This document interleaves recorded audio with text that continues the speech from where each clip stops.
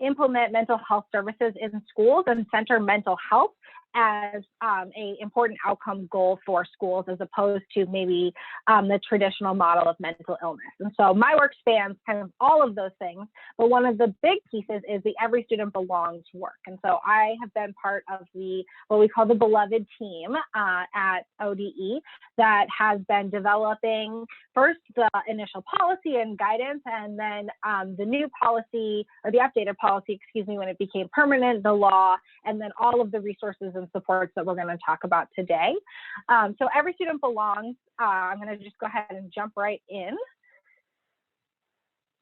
Here we go. Everybody can see my screen now, right?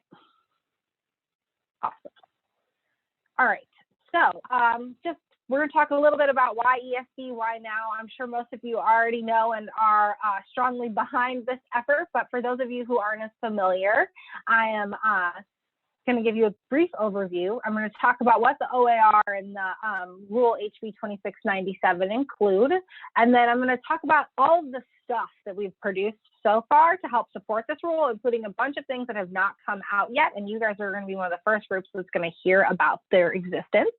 And then I'll take any questions you guys have, and we're going to talk about what you'd like to see us do next, because we recognize that this is the kind of rule that's going to continue to need living and breathing supports as we continue to implement it, and we see new ways in which it becomes challenging, new tension points for communities that need ODE's help and assistance.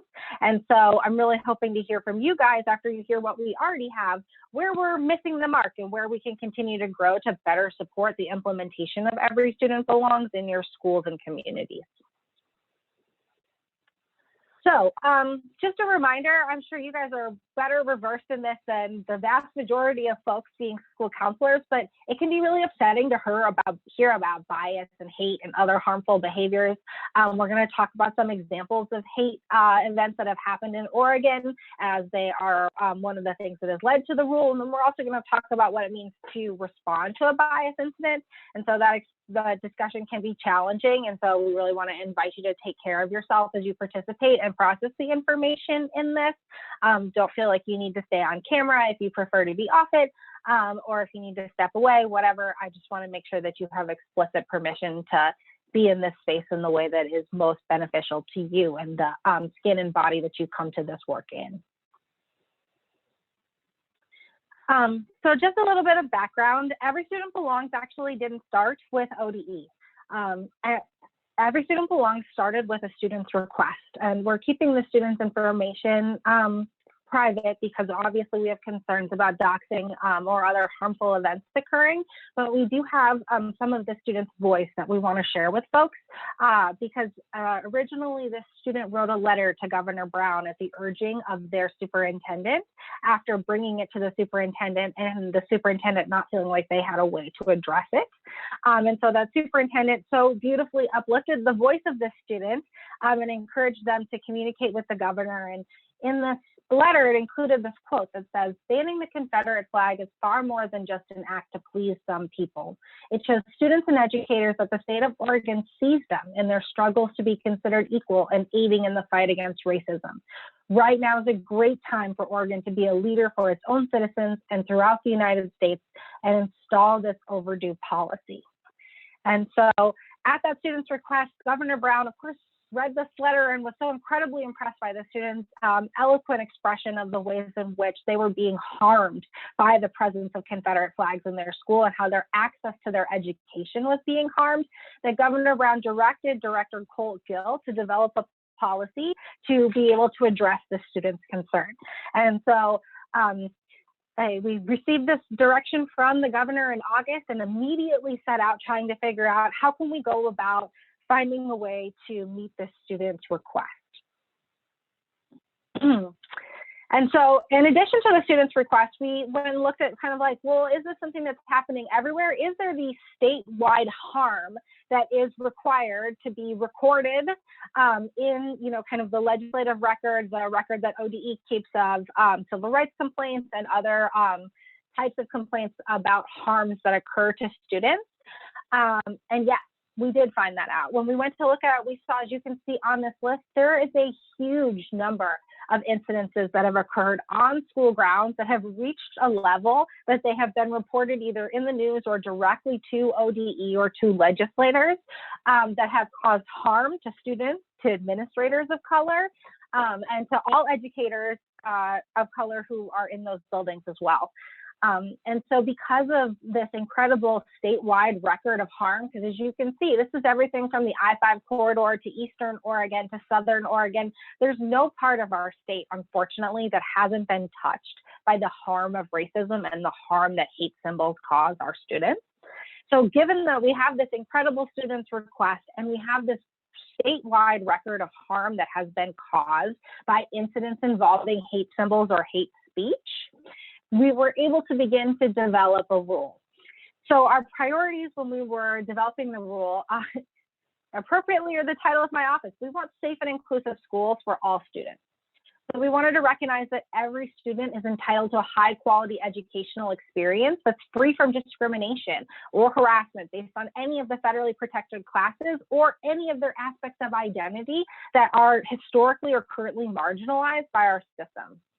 We also know that students benefit from a safe environment, right? I'm probably preaching to the choir here, but students who don't feel emotionally safe, who don't have those baseline needs met in a school building, aren't going to have their brains in a place where they're capable of learning. So this is a harm that not only harms students emotionally, but it harms their right to access their public education that every student in our state has innately. We also recognize that it's not just students who have a right to work or to be in a safe environment. Our staff members and our leaders in our schools do as well. Hate symbols harm our educators of color and their ability to teach their students, to be in a place where they're able to provide the kinds of supports that they need, because you can't pour from an empty cup, right? And so we wanted the rule to make sure that it acknowledged not just the harm caused to students, but the harm caused to the entire school community when there's an instance of hate speech or hate symbols. So every student's belong is going to be an important step in creating those safe and inclusive school climates where students and staff feel like they can belong there. So the rule includes two main provisions that are the kind of pillars of the work. The rule is longer than that because it includes lots of definitions and legalese, but there are two primary things that the rule requires. So it says that schools, employees, students, employees, and visitors all have a right to learn, work, and participate in school activities that occur on or off school grounds that are free from discrimination, harassment, and intimidation. So this is the overarching part that says that it doesn't matter if this occurs at a football game, at a school-sponsored field trip, at a prom, at a after-school group or activity that occurs off campus but is related to school. Those are all covered by the Every Student Belongs rule. There is not, and this also includes not just folks who are employed by or students at the school, but parents, family members, community members who visit the school buildings are also required to comply with this rule. So that means that if a parent wants to come and be on school grounds, they cannot arrive with one of the banned symbols of hate on their clothing or person in any way.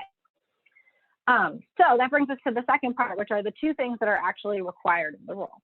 So all school districts in Oregon that receive funds from ODE and are considered public schools that are subject to Division 22 standard school requirements must prohibit the display of the noose, the battle flag of the Confederacy, and symbols of neo-Nazi ideology in any program or school-sponsored activity unless it's part of teaching the curriculum that is aligned to Oregon state standards. So obviously when we have a Holocaust unit, it is not inappropriate to share symbols of Nazi ideology as part of your teaching experience. However, it means, like I said, that a parent or a student can't come on to school grounds wearing a battle flag of the Confederacy on their clothes or a purse or some other material that they carry with them. And then the other thing it requires is school districts to develop procedures for addressing bias incidences, and it describes what those bias procedures must include. And so bias incidences, I think, are best understood as microaggressions. And so there are instances of hate, race, or other protected class-based animus towards another person that is not, that does not rise to the level of prosecution, or would not be appropriate to prosecute, essentially. And so this means that all of those kind of minor behaviors, we aren't prohibiting them. We are not saying that students are being expelled from school. In fact, the rule explicitly calls on educational responses to bias incidences, but it does require that schools must address bias incidences. And one of the big reasons that this is included is because when we went out and we did listening sessions with students around this rule in between the temporary rule adoption and the permanent rule adoption, students repeatedly expressed that they were not listened to, that when they brought information to a teacher or another professional adult in the building, that they were frequently told that, oh, that's just kids, or, you know, you're reading too much into that. All of those things that people commonly hear to brush off a microaggression, which is what makes them that death by 1,000 cuts, as Gerald Wynn Sue so eloquently described in the seminal paper defining microaggressions. And so this requires and provides a opportunity for, this requires bias incidences to be addressed by schools. And it also means that if schools do not address bias incidences, students have a right to utilize the complaint procedures that ODE already has in place in order to be able to ensure that their experiences are addressed. And so obviously we hope that this means that instead schools will feel empowered to address things that maybe they did not have the supports to address before without this rule being in place. As well, this also ensures that students, families, community members, and educators have the ability to ensure that schools comply with the rule as well. So just really quickly to have an idea of kind of how quickly this has all happened, we found out in August about the students' request to the governor. By September, we had the temporary rule, which was originally called All Students Belong, in place. We released initial guidance and then went through a huge community engagement process before in February we adopted what we changed the name to of Every Student Belongs, the administrative rule. And we chose to switch the name after our community engagement process to emphasize the fact that students are unique and individual, and each and every one of them belongs in the entirety of their identity. And many people felt that all didn't give as clear of an expression of that. And then this spring, we were lucky that the legislature passed HB 2697, which codified the Every Student Belongs rule into a law in Oregon as well. So that means that it is not just an administrative rule passed by the board, it is also a law that schools are expected to comply with. And this is just a great picture of Governor Brown signing the bill, which occurred last week, and it officially takes effect on July 1st, 2021. So for what's coming up going forward, there's going to be an updated sample policy and administrative rules that are coming out from the Oregon School Board Association. So you should expect to see that your school boards will likely update their Every Student Belongs policy to be in alignment with the new rule this summer in time for the Division 22 requirements. So you should expect that everything that you're hearing about today will be in place for sure by the new school year, even if it's not in place quite yet. School boards have to provide an assurance that they are in compliance with this rule by November to ODE. And school districts that are not in compliance with the rule, then they will receive technical assistance from ODE in order to help them support the implementation through the Division 22 assurances process. So now the more fun part. I'm going to talk a little bit about the supports for the rule that we started to develop, recognizing that obviously we're all on an equity journey together as a state. And all of us are at different places on that equity journey. And so we wanted to provide supports that will hopefully help people whose districts have never tried to engage in something like this before, to districts that have really complex anti-discrimination policies that address far more things possibly than our rule specifically addresses. And so we've developed what I'm thinking of as 3 buckets of resources for differing groups of people. So there's guidance that I think is for everybody. Anyone who works in a school building, anyone whose kids go to a school building, students, anybody can benefit from the information included in these documents. And we'll talk a little bit about what they are after this. And I will also drop links to everything that's available in the chat before we leave today. And then we have things that are administrator resources. And I think in this case, I would really think of you guys as within this administrator section, because it's for people who are leading building level or district level work in terms of addressing student social emotional needs, addressing disciplinary incidences, folks who are going to be part of a multidisciplinary team to address a bias incident, and folks who might be responsible for programming that involves like students coming together and advocating for themselves and finding ways to become more involved in their school buildings and the administration of it, which in my experience has been many times led by a school counselor and someone in that role. So I think many of those resources will be particularly relevant to y'all. And then we have teacher resources, which some of you guys and some of your staff, since I know you guys are all leads, may have folks who are doing actual teaching of lessons directly to students, or you may be giving professional development to teachers. And so we have resources that are going to help support both of those aspects of implementation as well. So first, I'm going to talk a little bit about the guidance resources. We have provided updated guidance that's currently published, and I'm going to talk about what's in there, which are these things. And then I'm going to talk a little bit about the guidance that's going to come out at the beginning of July, that's going to have a little bit more information as well that might be valuable. So we have the implementation framework is available right now for thinking about how to build a system to ensure that every student belongs, lives, and breathes in your building. It isn't just a rule that says no, but instead is a invitation for districts to engage in the deep work of equity and building community to create schools where all students, every student can belong in a really meaningful way. And so there is a big section that describes different symbols of hate. One of the things that we heard back from a lot of people is that it is, when we say things like symbols of neo-Nazi ideology, that's pretty vague. And it's difficult for people to necessarily always know, especially since frequently they are ever shifting in our cultural context right now. So there are both resources for where to go and find what some symbols of hate are. And then there's also some historical information to help understand kind of the context of the development of symbols of hate and neo-Nazi ideology in the United States and across the world, in order to be able to provide that broader context of why we're doing the work that we're doing. And so then acknowledging harm reduction, and response is really centering that kind of transformative justice approach to this work, recognizing that we're never going to punish people out of hate. Hate is culturally a major challenge in the United States.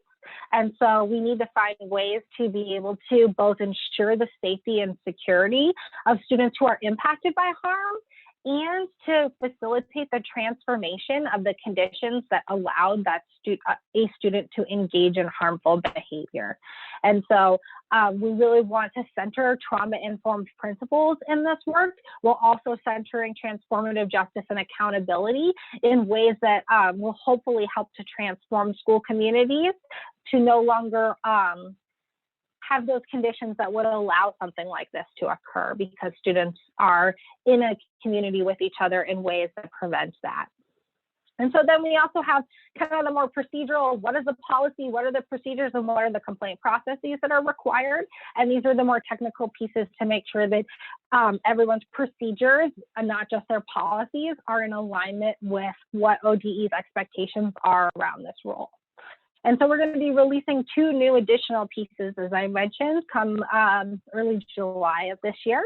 And we're going to be releasing a section on microaggressions, insults, assaults, and invalidations, talking about what those look like. Because I think oftentimes we hear those terms in popular culture, but what do they really mean when ODE is talking about microaggressions and bias incidences, and what should we be looking for if we're going to be developing procedures, and then training teachers to be able to respond to something that our culture has previously suggested were not, real harms. And then the other piece is, we know that there are a lot of rules right now around student discipline, student behavior. And so we're going to be creating a flow chart that's going to help delineate between the bullying and harassment rules, the Every Student Belongs rules, and the civil rights rules and complaints procedures, so that you can hopefully help see where there's overlap, because obviously there is some overlap, and then where there are distinct pieces that need to be followed in order to remain in compliance with each of those sets of rules. And so we're hopeful that having a flow chart that you can more clearly follow when an incident occurs, you can determine which activities are mandatory and which activities are not, in order to remain in compliance. So the next thing that we developed is a hate symbols explainer. So as part of our community engagement process, and part of the original All Students Belong rule banned the swastika. And so we had a group of students reach out to us about their cultural experiences with the swastika, and then another group that shared with us their experience with the whirling log.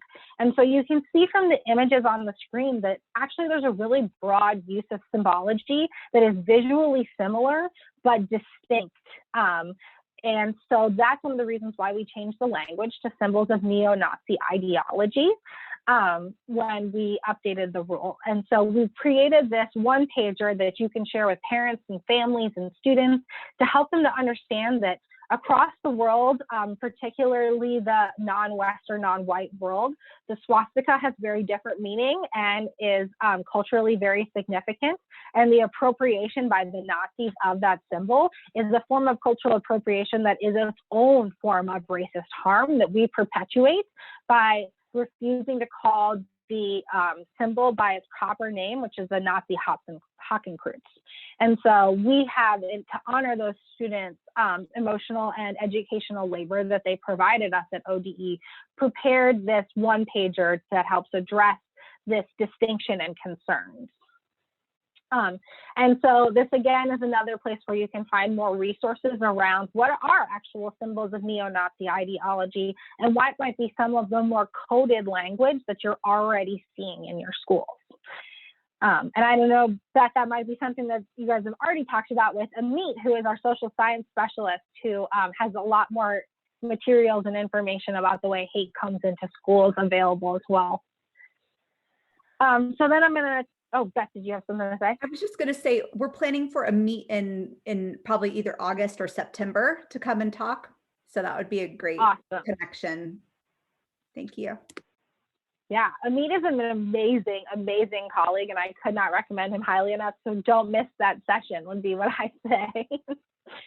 So talking about these administrator resources very quickly, this bias incident response guide is a step-by-step guide to help walk you through how to develop a trauma-informed, racial equity attuned bias incident response process.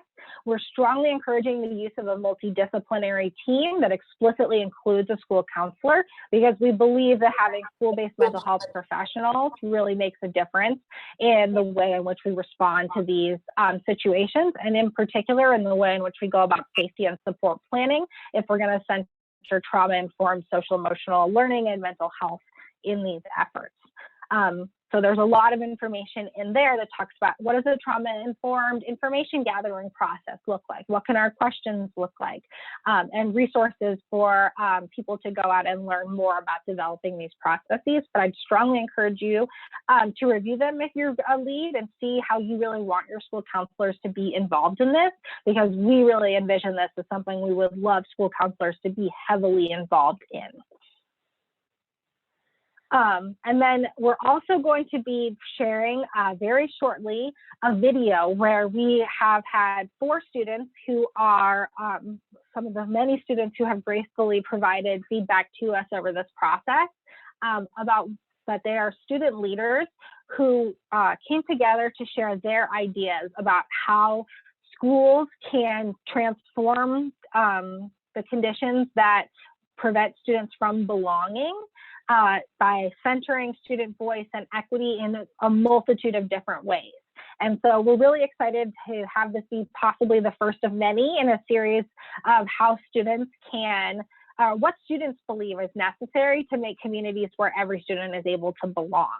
And so we're very excited because this first one includes examples like a Unity Day process where students lead a peer-to-peer learning experience about differing cultural and identity-based backgrounds, where the students actually choose the identities, design the process, have a thing called a really cool voices assembly where students are behind a panel and share their experiences with each other. And so these are just some ways that young people are already breathing life into this rule, or even before this rule existed, into the work of equity and belonging in school communities that we really wanted to uplift. And as you all hopefully experience that with your own school communities, we would love to hear more about that and find ways to uplift that work statewide as well. And then teacher resources. So these are not available yet, but these will be. So we have partnered with the Oregon Jewish Museum and Center for Holocaust Education to develop student-based lessons. And they are going to be kind of take and go lessons with all of the materials you need, including some scripting, to teach students like what is a microaggression, when have they maybe done something like a microaggression, and how could they behave differently in the future. And so we're asking students to reflect on the harm that hate symbols cause and their history. And so we're providing lessons that teachers can take and use, we think maybe in an advisory period and at multiple grade levels. So maybe in a social emotional learning time for elementary school students, something like that, that provides both academic content that's aligned to the Oregon State standards and provides a trauma-informed mental health and social emotional well-being centered learning experience. And then in addition to that, we're also going to be developing self-directed teacher learning materials in collaboration with a few other organizations as well. And so those will be materials that can either be presented by a member of a leadership team to their team, or the teachers can engage in on their own as a self-directed learning activity. They're more powerful when done together, but they're still really valuable when done apart. And so they're going to focus again on things like understanding what a microaggression is, understanding the impact of hate symbols from a neurological and psychosocial basis, and then understanding what hate symbols are and their history. So we're taking multiple tacks to hopefully help support folks in their implementation of this rule and in their own equity journey as they're figuring out, where their learning gaps might be and how they might be able to grow to continue to support their communities. And then just one thing I always like to touch on before we wrap up is that you guys will probably hear about this from your parents and families if you work in communities where this is a challenging rule to implement. And so we have a question and answer document for district leaders to help address some of the really difficult questions that might come up with families that maybe you might not feel qualified to answer. And so if there's a question that's not answered in there, we would love to hear from you at our mailbox so that we can make sure we get it updated for everyone. But one of the biggest things we hear about is the First Amendment. And we know, obviously, and respect at OD how important it is to ensure freedom of speech in our school communities for our students and our faculty and our leaders and our family members. But we also know that we cannot put students and schools in harm's way, and that it is our responsibility to ensure a safe environment for all students. And so hate symbols are a form of bullying that are disruptive to learning and do lead to violence. So while schools are a place where we do want to respect freedom of speech, they are also a place where there are certain regulations in order to ensure school safety and security for all of our students, and also to ensure equal access to an education as required under the law. And so Every Student Belongs has been thoughtfully crafted to respect both the First Amendment and our responsibility to student safety in our buildings. Okay, so I'm going to go ahead and turn this off, stop sharing. Oops. Kara, could you quickly demonstrate how they could find the resources on ODE's website? It's layered in there pretty far. So just if they want to go back, we'll make sure we link to your presentation and recording. And I'm gonna go ahead and end the recording piece. We just wanted to capture